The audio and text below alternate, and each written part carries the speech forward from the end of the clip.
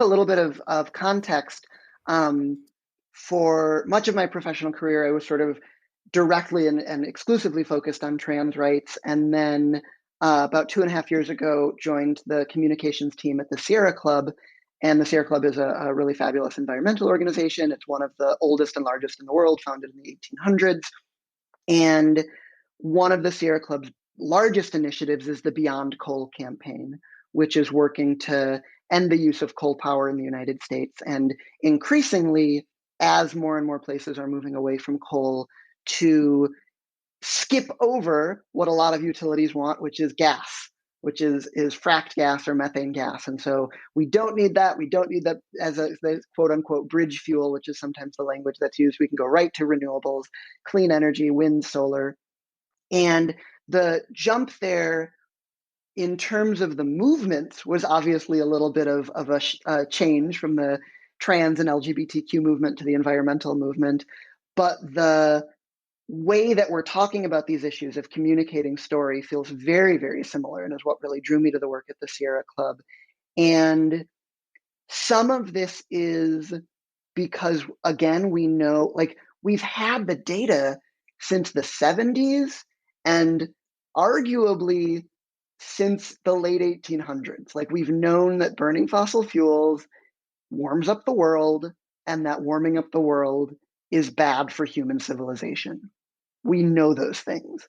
And yet, politicians are not swayed, energy companies are not swayed, and far too often voters are not swayed.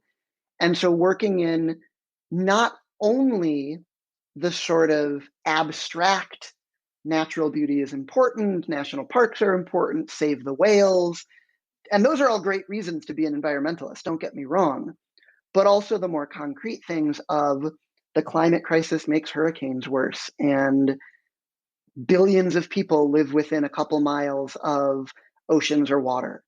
And if we don't address the climate crisis, those impacted communities are both going to be in trouble and become climate migrants and climate refugees that then seek a different place to live.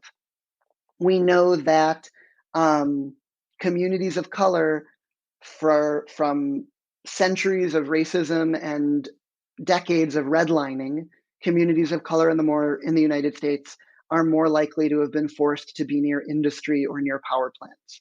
So when we're talking about clean air, it's not, the environmental movement is sometimes seen, and this has historically been somewhat true, is seen as something of a white movement.